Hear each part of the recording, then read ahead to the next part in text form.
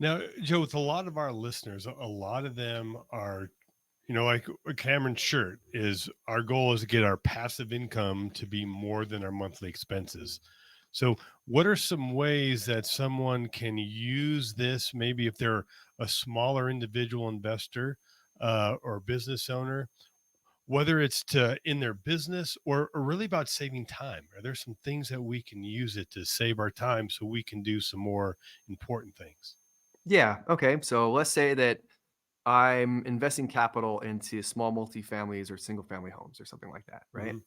And let's say I also have the opportunity to invest in like mortgage trust deeds or private lending, right?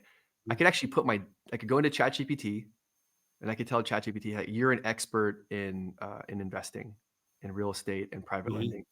Here's my goals. I have this much outgoing expenses. I want to, and here's much passive income I have. Here's much investable capital I have.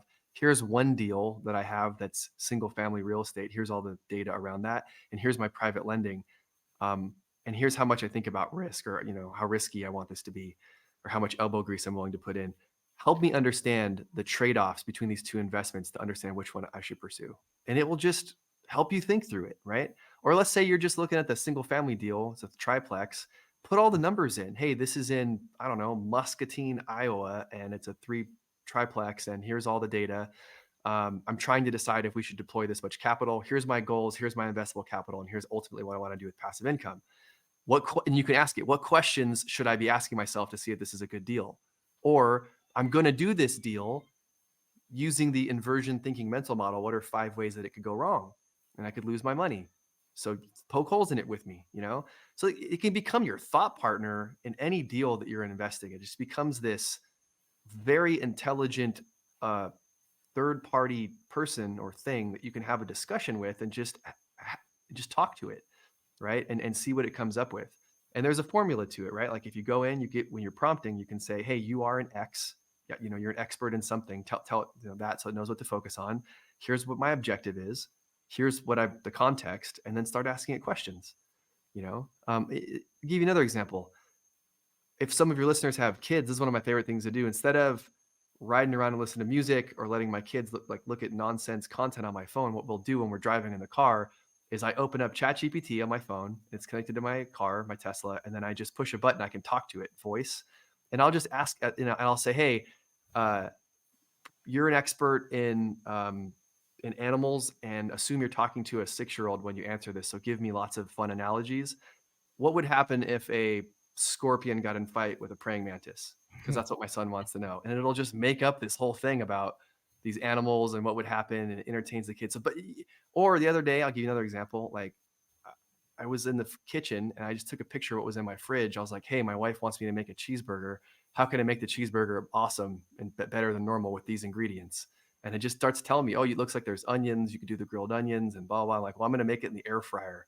So I mean, like, and it's giving me recipes. I made the best burger I've ever made in my life. So like the possibilities, guys, are endless. It's imagine you're talking to like a truly higher form of intelligence that knows a lot about a lot of things, and imagine what's possible.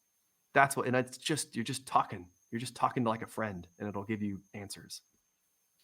So, Cameron, it's kind of like when you have questions about infinite banking and you come to me, the expert, and I kind of help build you up. Wow. Kind of Wow. same thing. It's two Uh, Anthony's in a row. Wow, uh, that's amazing. Joe, what about, we have a lot of clients that are maybe they have these small businesses. Maybe it's an online business, or maybe they're wholesaling or flipping some real estate. So they don't have a lot of staff, right? A lot of times everything is coming on, the founder.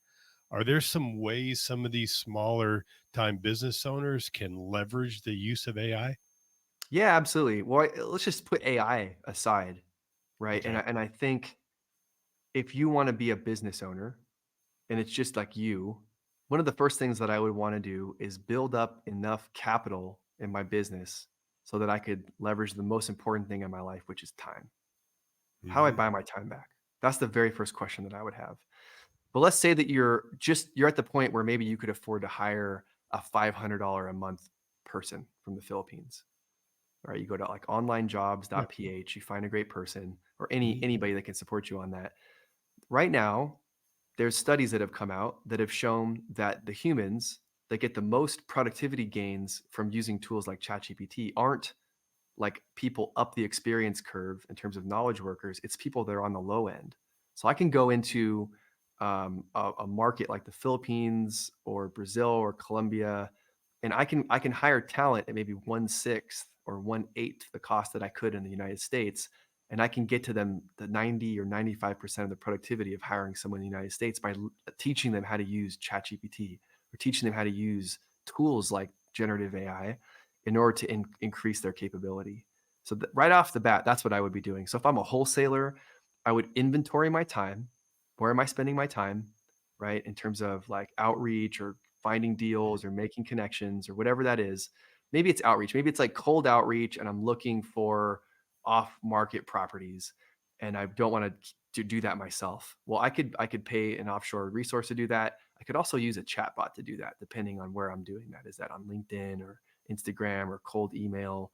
I can use an AI chatbot, or I can use a Philippines or any offshore resource with generative AI to just do what I do, and then route leads to me once they're appropriately qualified. And I just bought some time back, and I've upskilled a really inexpensive resource to be as competent as I am.